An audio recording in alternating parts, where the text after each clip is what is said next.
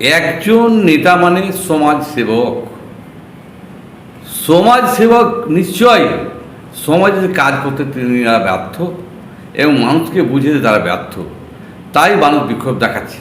দেখুন, আমি বিধায়কের আগে থেকেই এই সমাজসেবাটা করি এবং যে কোনো ঝুট ঝামেলা হলে কন্ট্রোল সঙ্গে সঙ্গে করেছি জীবনে, এবং অনেক বিধায়ক হওয়ার পরেও আপনারা দেখেছেন জমিপুরে গণ্ডগোল সবচেয়ে বড় হয়েছিল।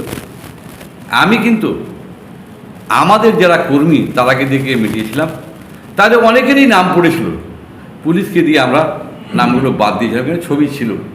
অনেক সময় তারাকেও লাঠি ধরতে হয়েছিল, কেন ঝামেলাটা থামাবার জন্য।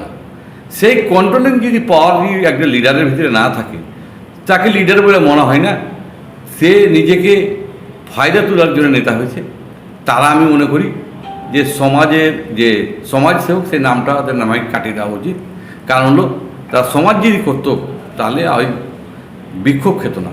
কারণ হলো মানুষের সবসময় দিতে হয় তা নয়, মানুষের কথা দিয়ে অনেক কিছু বোঝানো যায়, যেটা আমি করতে পেরেছিলাম আমার জমিপুর বিধানসভায়। আমি পাবলিকের চমকেছিলাম